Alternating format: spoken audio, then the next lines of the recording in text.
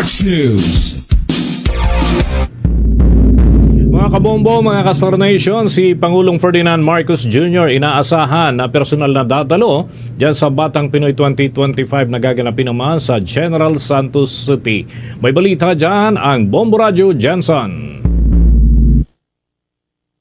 Patuloy ang paghahanda ng lokal na pamahalaan ng General Santos City para sa nalalapit na national tournament ng Batang Pinoy 2025 na gaganapin sa lungsod ngayong Oktubre. Inaasahang personal na dadalo si Pangulong Ferdinand Marcos Jr. sa Jensen para sa opening ceremony ng Batang Pinoy. Ayon kay Lady Manalo, Chief ng City Sports Division, mismo ang Philippine Sports Commission o PSC ang nagkumpirma na magiging panauhing pandangal ang Pangulo. Dahil dito, tiniyak ng lokal na pamahalaan ang masusing paghahanda ng seguridad upang matiyak ang kaligtasan ng Pangulo at ng lahat ng dadalo sa nasabing aktibidad. Ibinahagi rin ni Manalo na inaasahan dadalo sa Jensen ang Pinay Olympic gold medalist Heidelin Diaz at ang long jump queen of the Philippines na si Elma Moros Pusadas. Gaganapin ang opening ceremony sa October 25 sa Sports Complex sa Barangay Kalumpang at magtatapos ang sports event sa October 31. Tinatayang mahigit sa 21,000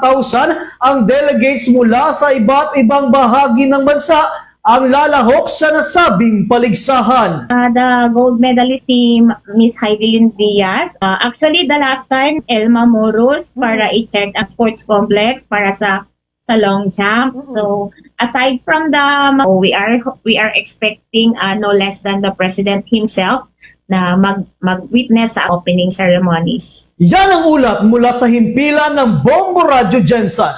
Ito si Bombo Marcabanos and this is Bombo Radio Philippines, the #1 and most trusted source of news and information. Basta Radio Bombo!